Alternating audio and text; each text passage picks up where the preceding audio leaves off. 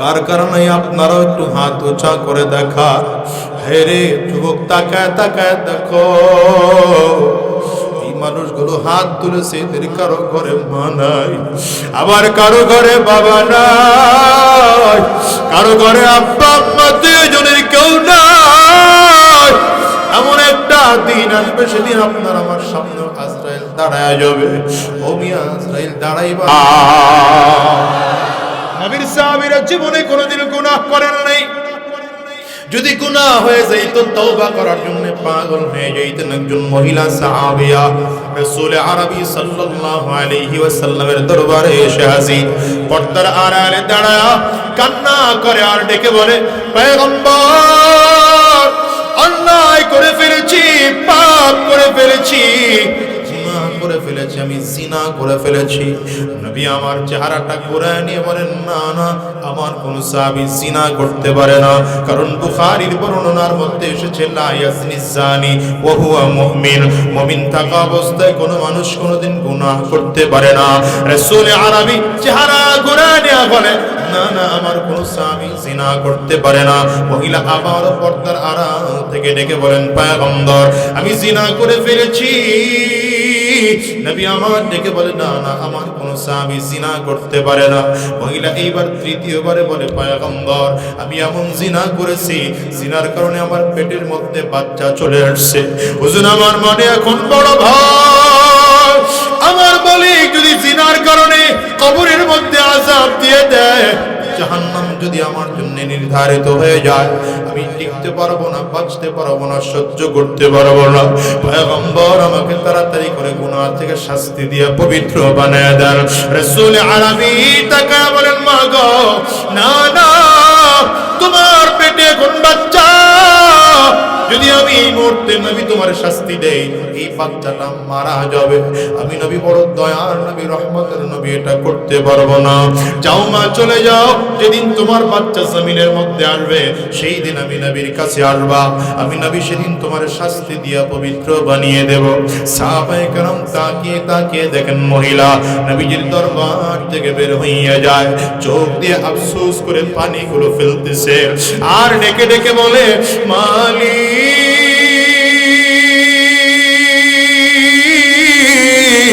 আয় আল্লাহ, গুনাহ করে ফেলেছি, অন্যায় করে ফেলেছি, পাপ করে ফেলেছি। আমার নবী আমারে শাস্তি দেয় না, এবারে ঘুরায় দিল, কবে আমার সন্তান জমিনের মধ্যে আসবে। যদি আমার সন্তানটা জমিনে আসার আগে আগে আমি জমিন থেকে বিদায় হয়ে যাই, তাহলে তো জিনার গুনাহ নিয়ে আমার জমিন থেকে বিদায় নেওয়া লাগবে। জিনাকারীর কিয়ামতের ময়দানে, আরে জিনাকারীর চক্ষু দুইটা, মহিলা জিনাকারী যদি হয়, তাহলে এই চক্ষু দুইটা পুরুষের লজ্জাস্থানের মতো হয়ে যাবে। আবার পুরুষ জিনাকারী যদি হয়, পুরুষ জিনাকারীর চক্ষু দুইটা মহিলাদের লজ্জাস্থানের আকৃতি বরণ করবে। এই মহিলা চিল্লায় আর কান্না করে, মালিক, আমার মনে বড় ভয়, কিয়ামতের ময়দানে আমি কেমনে দাঁড়াবো। আয় আল্লাহ, আমার নবী আমার শাস্তি দিল না, হায়াত আমার আরো বাড়ায় দাও, যেন আমার নবী আমার শাস্তি দিয়া এরপরে জমিন থেকে বিদায় হইতে পারে। লম্বা দিন ধরে ফিরে আসছে, আজকে বাচ্চাটারে কোলে করে নিয়ে নবীজির কোলের কাছে বাচ্চাটা দিয়া ডাক দেয়, পয়গম্বর, এখন আপনি তাকায় দেখেন, আমার বাচ্চাটা জমিনের মধ্যে চলে আসছে, আমি মা আলাদা, বাচ্চাটাও আলাদা, এখন আপনি আমার শাস্তি দিয়া পবিত্র বানায় দেন।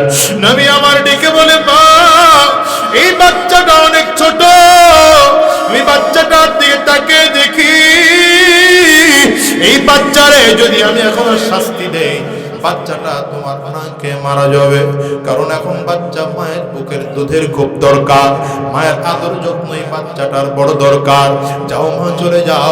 যেদিন তোমার বাচ্চাটা এতটুকু বড় হবে, নিজের খানা নিজে খাইতে পারে, নিজের চলা নিজে চলতে পারে, সেই দিন আমি নবীর কাছে আসবা, আমি নবী তোমার শাস্তি দিয়া পবিত্র বানিয়ে দেব।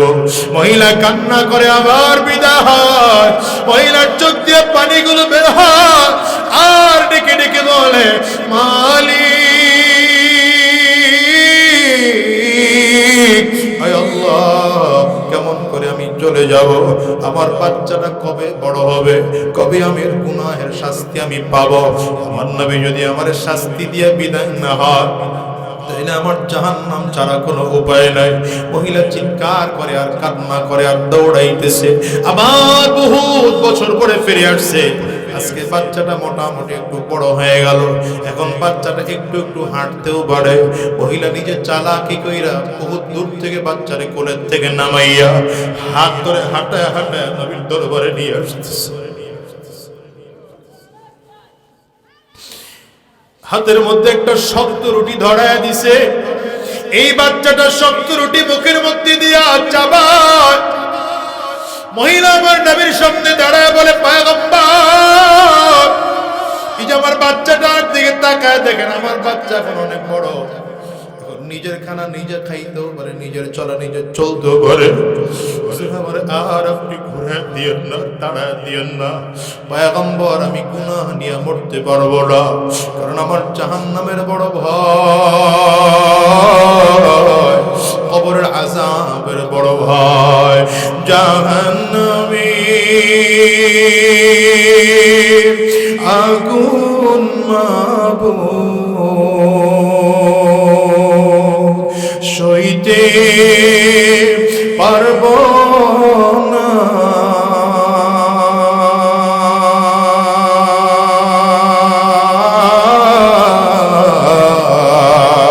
দুনিয়াতে নৌকা দিয়া আখেরে কাঁদিও না, দুনিয়াতে নৌকা দিয়া কবরে কাঁদিও না। মহিলার চোখ দিয়ে পানিগুলো বের হয় আর পয়গম্বরের ডাক দেয়, নবী আমার, এখন আপনি আমার শাস্তি দিয়ে দেন। রাসূল আরবি সাল্লাল্লাহু আলাইহি ওয়াসাল্লাম বাচ্চাটা হাতের মধ্যে লইয়া সাহাবায়ে কেরামদেরকে ডাক দিলেন, সাহাবীরা কে আছো এই বাচ্চাটার দায়িত্ব নিবা। একজন সাহাবী বাচ্চাটার দায়িত্ব নিয়ে নিলেন। মহিলা এইবার সাহাবায়ে কেরামদেরকে বললেন, সাহাবীরা এই মহিলার কোরআনের শাস্তি অনুযায়ী বিশাল করে গর্ত কইরা কমর পর্যন্ত মহিলারে মাটির মধ্যে গাড়ো। কমর পর্যন্ত সাহাবীরা মাটির মধ্যে গাড়লেন। এইবার একটা একটা করে পাথর নিক্ষেপ করতে আরম্ভ করো, কারণ জিনাকারিনী মহিলা যদি বিবাহিতা হয় অথবা বিবাহিত পুরুষ হয়, তার ইসলামের বিধান হলো কমর পর্যন্ত মাটির মধ্যে গেড়ে পাথর নিক্ষেপ করে জমিন থেকে বিদায় করে দেওয়া। এই মহিলার গায়ের মধ্যে যখন সাহাবায়ে কেরাম পাথরের টুকরাগুলো পড়ে, পাথরের আঘাতে রক্ত টাপ টাপ করে করে শরীর থেকে বের হয়। হায়রে মহিলার পাথরের আঘাতে রক্তের একটা ফোঁটা এসে একজন সাহাবীর হাতের মধ্যে লাগে। সাহাবী বড় ঘৃণা ভরে মুছতেছে আর বলে, পয়গম্বর এ কেমন আফসোস, আমার একজন মহিলার রক্ত আমার শরীরের মধ্যে এসে লাগলো। এটা নাপাক মহিলার রক্ত, একজন জিনাকারিনী মহিলার রক্ত আমার শরীরের মধ্যে এসে লাগলো। রাহমাতুল লিল আলামিন ধমক দেয়, সাহাবী সাবধান, এই মহিলাকে এখন আর জিনাকারিনী মহিলা বলবা না, এই মহিলাকে এখন আর খারাপ মহিলা বলবা না, এই মহিলাকে এখন আর গুনাহগার মহিলা বলবা না। যদিও মহিলাটা শয়তানের ধোঁকায় পড়ে জিনা করে ফেলেছে, গুনাহে কবিরা করে ফেলেছে, কিন্তু এই গুনাহের পরবর্তীতে আমার মালিকের কাছে এমন পাক্কা সাচ্চা দিলে তওবা করেছে। এই তওবায় আমার মালিক এত খুশি, এই তওবা যদি মদিনার সব গুনাহগারকে ভাগ করে দেওয়া হয়, সকল গুনাহগারের পক্ষ থেকে আমার আল্লাহ তওবা কবুল করে নিবে। এই জন্য বলে যাই রে ভাই, ভালো করে শোনো, জীবনে কোনোদিন গুনাহ আমরা করব না। যদি গুনাহ হয়ে যায় তওবা করার জন্য পাগল হয়ে যাব, ঠিক কিনা আজ করে বলো। নবীর সাহাবী আর দুনিয়ার মুসলমান, ভালো করে হিসাব করে দেখো, এই দুনিয়ায় কেউ চিরজীবন থাকতে পারে নাই, তুমি আর আমিও দুনিয়ায় চিরজীবন থাকতে পারবো না।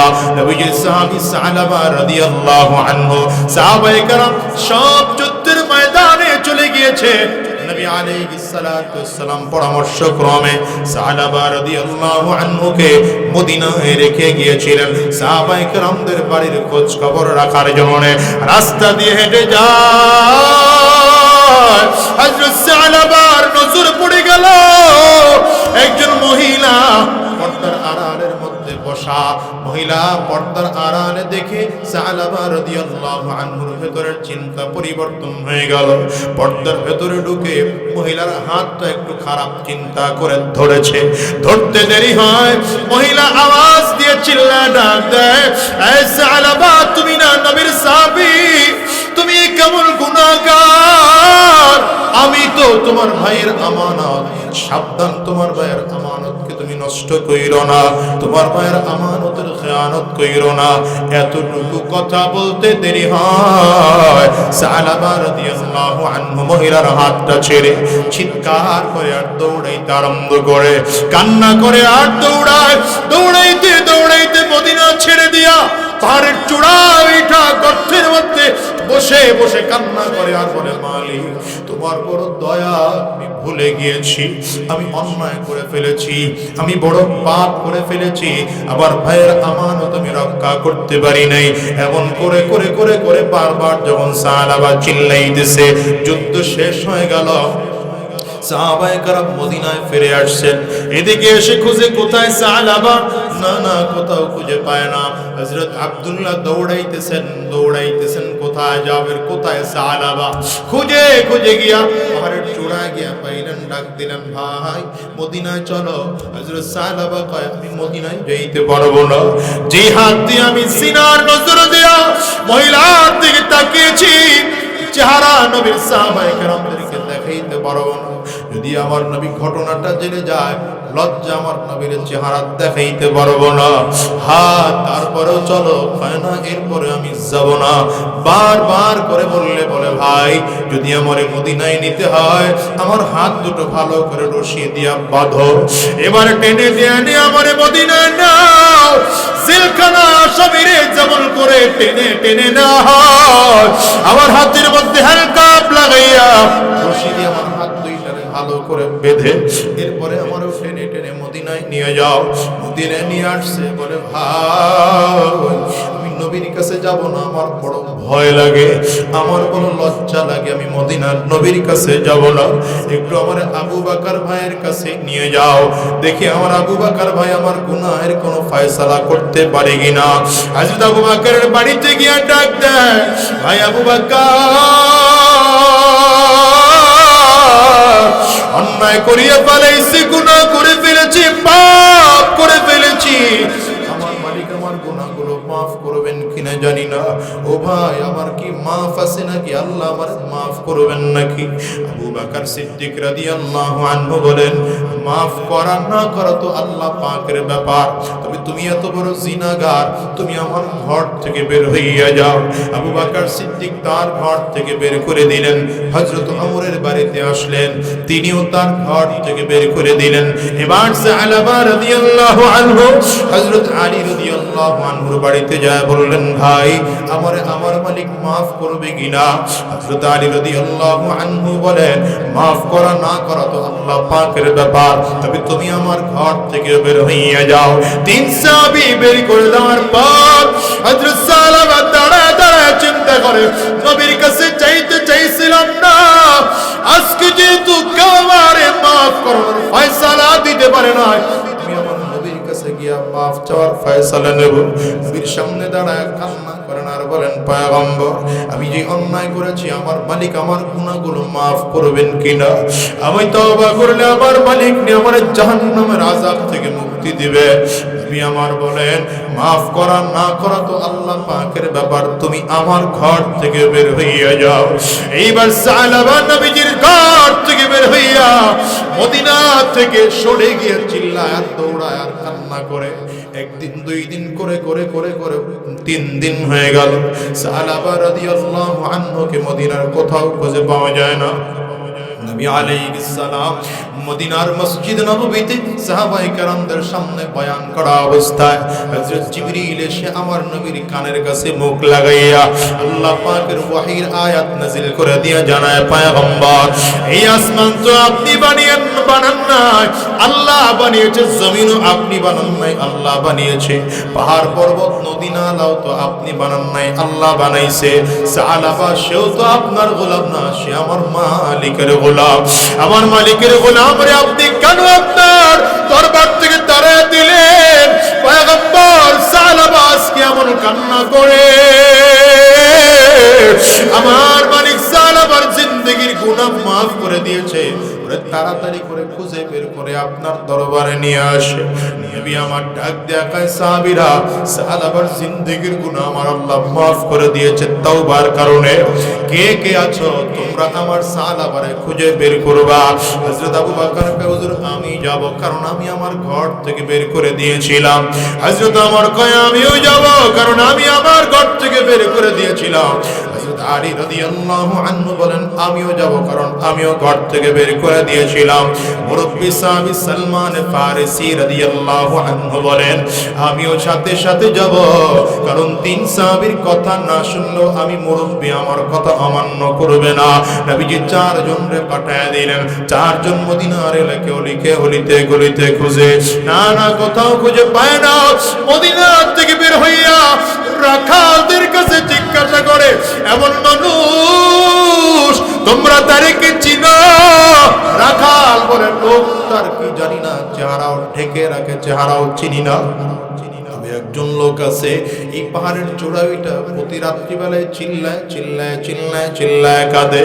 তার চিল্লানির আওয়াজ শুনে আমাদের ঘরের বাচ্চাগুলো ঘুমাইতে পারে না। এই জাহান্নামের আযাব থেকে মুক্তি চায়। তার চিল্লানির এত বিকট আওয়াজ, চিল্লানির আওয়াজের কারণে আমাদের ঘোড়াগুলো ঠিক করে ঘাস পর্যন্ত খায় না, আমাদের ভেড়াগুলো ঘাস খায় না, আমাদের ছাগলগুলো মাঠে ঠিক করে চড়াইতে পারি না। হযরত ওমর ডাক দেয়, ভাই আর কেউ নয়, কান্না আমার সাহাবা ভাইয়ের কান্না। রজলে গেলেন, আস্তে করে উঠতে উঠতে পাহাড়ের চূড়া, রাত গভীর হয়ে গেল। তাকায় দেখেন হযরত সাহাবা চিল্লায় চিল্লায় মালিকের কাছে কান্না করে, হাত দুইটা উঁচা করে ডাক দেয়, মালিক, আয় আল্লাহ, ও দয়ার মালিক, তুমি তাকায় দেখো মদিনার মানুষগুলো কত আরামে ঘুমায়, তাদের কত আরামের বিছানা। কেউ তো স্ত্রীকে সাথে নিয়ে ঘুমায়, কেউ সন্তানকে কোলে নিয়ে কত মজার ঘুম ঘুমায়, আর কত সন্তান বাবার কোলে ঘুমায়। আমি সাহাবার কেউ না,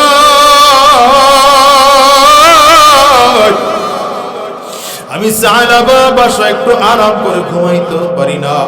আল্লাহ তুমি তাকায় দেখো, তোমার আবু বকর আমারে বের করে দিয়েছে, নবীর সাহাবী ওমর তার ঘর থেকে বের করে দিয়েছে, নবীর সাহাবী আলী রাদিয়াল্লাহু আনহু ঘর থেকে বের করে দিয়েছে। কাউরে না পাইয়া নবীর কাছে গিয়েছিলাম, আমার নবীও তার ঘর থেকে বের করে দিয়েছে। আয় আল্লাহ, সবাই তাদের দরবার থেকে তাড়ায় দিতে পারে, তুমি তোমার দরবার থেকে আমার তাড়ায় দিও না। ওখানে দাঁড়ায় কাঁদে, মালিক তুমি যদি তোমার দরবার থেকে তাড়ায় দাও, আমি কার কাছে যাব? তুমি আরেক ভিক্ষুকের দরবার থেকে তাড়ায় দিলে আরেক দরবারে গেলে কিছু পাওয়ার আশা করতে পারে, কিন্তু তুমি এমন এক দয়ার মালিক, তোমার দরবার থেকে তাড়ায় দিলে আর কোথাও যাওয়ার আশা করা যায় না। হযরত সাহাবার চিল্লানির আওয়াজের ফাঁকে হযরত ওমর গিয়া হাত ধরলেন, ভাই মদিনায় চল, নবী জুড়ে যাইতে বলেছে, আল্লাহ আয়াত নাযিল করে দিয়েছে, জিন্দেগীর গুনাহগুলো মাফ হয়ে গেছে। হযরত সাহাবা রাদিয়াল্লাহু আনহু কয়, ভাই নবীরে গিয়া কেমনে আমার চেহারাটা দেখাবো? আমি তো আমার চেহারা আমার নবীরে দেখাইতে পারবো না। এই কলিজার টুকরা যুবক, একটু ভালো করে বল, তুই যে গুনাহের মধ্যে ডুবে আছো, এই লজ্জায় চেহারাটা কেমনে সমাজের মাঝে দেখাস? তুই বল, গুনাহ থেকে বেঁচে থাকাটা তোমার জন্য বড় ভালো, গুনাহের মধ্যে ডুবে থাকলে তোমার জীবন বড় ধ্বংস। সাহাবা রাদিয়াল্লাহু আনহু আসতেছে। হযরত ওমর বলেন, মদিনায় ঢুকতে ঢুকতে আমাদের ফজরের আযান নামাজের সময় হয়ে গেল। হযরত বিলাল ইকামত দিচ্ছেন, আমরা নামাজের পেছনের কাতারে গিয়ে দাঁড়াইলাম। নামাজের ফজরের তিলাওয়াতে আমার নবী তিলাওয়াত করতেছেন, আল্লাহুম্মা তাকাত তাকাসুর হাত্তা যুরতুমুল মাকাবির। এই কোরআনের প্রথম আয়াত তিলাওয়াত করতে সূরা তাকাসুরের আল্লাহর রাসূল তিলাওয়াত করেন আলহাকুমুত তাকাসুর, দুনিয়ার প্রাচুর্যতা তোমাদেরকে ধ্বংস করে ফেললো। এই তিলাওয়াতটা করতে দেরি হয়, তাকে দেখেন হযরত সালাবা বিকট একটা চিল্লানি দিয়া পড়ে গেছে। হায়রে নবী আমার দ্বিতীয় আয়াত তিলাওয়াত করতেছেন হাত্তা যুরতুমুল মাকাবির, দুনিয়ার প্রাচুর্যতা খুঁজতে খুঁজতে খুঁজতে খুঁজতে দুনিয়ার থেকে কবরের মধ্যে চইলা যাইবা। সাহাবা আরো জোরে একটা চিৎকার দিয়ে মাটির মধ্যে শুয়ে পড়েছে। সাহাবায়ে কেরাম নামাজ শেষ করলেন, রাহমাতুল লিল আলামিন কয় সাহাবীরা আমার সাহাবারা তাড়াতাড়ি করে একটু মাথায় পানি ঢালো। হযরত সালমান ফারিসি রাদিয়াল্লাহু আনহু সাহাবার হাতের মধ্যে চেক দিয়া নবীর দিকে তাকায় কান্না করে আর বলে পয়গম্বর এই সাহাবারে আর পানি ঢালা লাগবে না। চিল্লানি দিয়া বুক ফেটে জমিন থেকে বিদায় হয়ে গেছে জাহান্নামের ভয়ে। রাসূল আরবি সাল্লাল্লাহু আলাইহি ওয়াসাল্লাম নিজে কাফনের কাপড় পরাইয়া আস্তে করে লাশের খাটিয়াটা উঠায় নিয়ে রওনা করছে। সাহাবায়ে কেরাম তাকায় তাকায় দেখেন রাহমাতুল লিল আলামিন যদিও হাঁটতেছেন কবরের দিকে, কিন্তু আমার নবীর পা পুরোটা ভর না দিয়া বুড়া আঙ্গুলের মধ্যে ভর দিয়ে আমার নবী সামনের দিকে আগাইতেছে। হযরত আমার ডাক দেয় পয়গম্বর বুড়া আঙ্গুলের মধ্যে ভর করে করে কেন হাঁটে? নবী আমার কয় রব আমি যা দেখি তোমরা তা দেখো না। আমি তাকে দেখি দেখি সাহাবার জানাজা এত পরিমাণ ফেরেশতা হাজির, আমি ফাঁকে ফাঁকে হাঁটবো সেটা আমার দ্বারা সুযোগ হয় না। জন্য আমি পাওটা উপরে দিয়ে দিয়ে দিয়ে দিয়ে দিয়ে হাঁটলাম। ও দুনিয়ার মানুষেরা ভালো করে বোঝো, গুনাহ তো হবেই, তুমিও মানুষ আমিও মানুষ, গুনাহের সাধ্য দিয়েই আল্লাহ তোমাকে আমাকে বানিয়েছেন। তবে সাবধান করে বলে যাই রে ভাই, এখন থেকে ওয়াদা করে বিদায় হও, জীবনে কোনোদিন গুনাহ করব না। গুনাহ হয়ে গেলে সাহাবায়ে কেরামদের মতো তওবা করব, গুনাহ হয়ে গেলে আমাদের আদি পিতা আদম আলাইহিস সালামের মতো তওবা করব। যেই পরিমাণ গুনাহ করব তার চেয়ে বেশি কান্না করব, যেই পরিমাণ গুনাহ করব তার চেয়ে বেশি তওবা করব। যদি গুনাহ হয়ে যায় মালিকের কাছে এত ভাবে তওবা করব আমার মালিক যেন কিয়ামতের ময়দানে দাঁড়াইলে বলেন বান্দা আমি তোর জিন্দেগীর গুনাহ maaf করে দিলাম। কেন বলি জানো? কিয়ামতের ময়দানে যখন লক্ষ লক্ষ নবীরা থাকবে, এত লক্ষ সাহাবায়ে কেরাম থাকবে, কোটি কোটি ইমানদার ময়দানে থাকবে, হাজার অগণিত ফেরেশতারা দাঁড়ায় থাকবে। ওই সময় আমার মালিক যদি তোমারে আমারে জিজ্ঞাসা করে বান্দা তোর দুনিয়ার মধ্যে যখন পাঠাইছিলাম আমল নামায় একটা জাররা পরিমাণ তোর গুনাহ ছিল না, আজকে তোর আমল নামায় এত কেন গুনাহ? মালিকের সামনে দাঁড়ায় জবাব দেওয়ার মতো কোনো কায়দা তোমার আমার থাকবে না। এই জন্য আজকের এই মাহফিলটার থেকে ওয়াদা করে বিদায় হও। কয়দিন জমিনে থাকবো জানি না, কোন দিন জমিন থেকে বিদায় হয়ে যাব কারো জানা নাই। কারণ এই দুনিয়া আসার সিরিয়াল আছে, আল্লাহর কসম যাওয়ার কোনো সিরিয়াল নাই। এখানেও বুঝতে পাওয়া যাবে অনেক মানুষ মা হারিয়েছেন, বাবা হারিয়েছে। ও বাজান এখানে আছে না নাই? চিৎকার করে বলো এই মজলিসটায় কার কার মা নাই? একটু হাতটা উঁচা করে দেখা। বাবা কার কার নাই? আপনারাও একটু হাত উঁচা করে দেখা। হে রে যুবক তাকায় তাকায় দেখো মানুষগুলো হাত তুলেছে, এদের কারো ঘরে মা নাই, আবার কারো ঘরে বাবা নাই, কারো ঘরে আব্বা আম্মা দুজনের কেউ নাই। এমন একটা দিন আসবে সেদিন আপনার আমার সামনে আজরাইল দাঁড়ায় যাবে। ও মিয়া আজরাইল দাঁড়াইবার আগে আগে পাক্কা সাচ্চা তওবা করা লাগবে।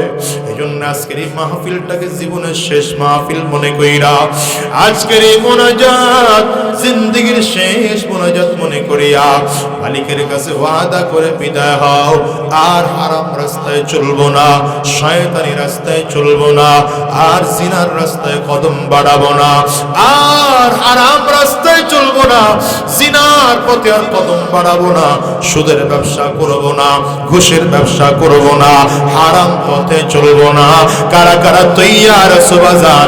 দুইটা হাত উঁচা করে আমার আল্লাহরে দেখাও। আওয়াজ দিয়ে চিল্লে ডাকো আল্লাহ, জোরে ডাক দাও না, চোখের পানি ফেলা ডাক দাও আল্লাহ। দুনিয়ার করে আগুন লাগলে যেমন পানি ছাড়া নিভানো যায় না, ওই কবরেও যে জাহান্নামের আগুন, ওটাও কিন্তু চোখের পানি ছাড়া নিভানো যাবে না। বাজানরে চিৎকার করে আওয়াজ দিয়া জোরে ডাক দাও আল্লাহ, আর জোরে আল্লাহ, চিল্লা ডাকো ডাকো, আওয়াজ দিয়া ডাকো রে যুবক, কান্না না আসলে কান্নার বাম ধরে ডাকো। মুরব্বী বাজান, মরণের কথা স্মরণ করে ডাকো। অনেকের ঘরে মা নাই, বাবা নাই, আব্বা আম্মার কথা স্মরণ করে একটু চিৎকার করে আমার মালিকের জোরে ডাক দাও আল্লাহ, আরো জোরে আল্লাহ। যদি কান্না না আসে কান্নার বাম ধরে ডাকো, কারণ দুনিয়ার ঘরে আগুন লাগলে যেমন পানি ছাড়া নিভানো যায় না, ওই কবরেও যে জাহান্নামের আগুন, ওটাও কিন্তু চোখের পানি ছাড়া নিভানো যাবে না। চিল্লাবার মালিকের বলো আল্লাহ। আমরা সবাই মিলে দুইটা হাত উঁচু করলাম, ওয়াদা করলাম আর হারাম রাস্তায় চলবো না, আর শয়তানি রাস্তায় চলবো।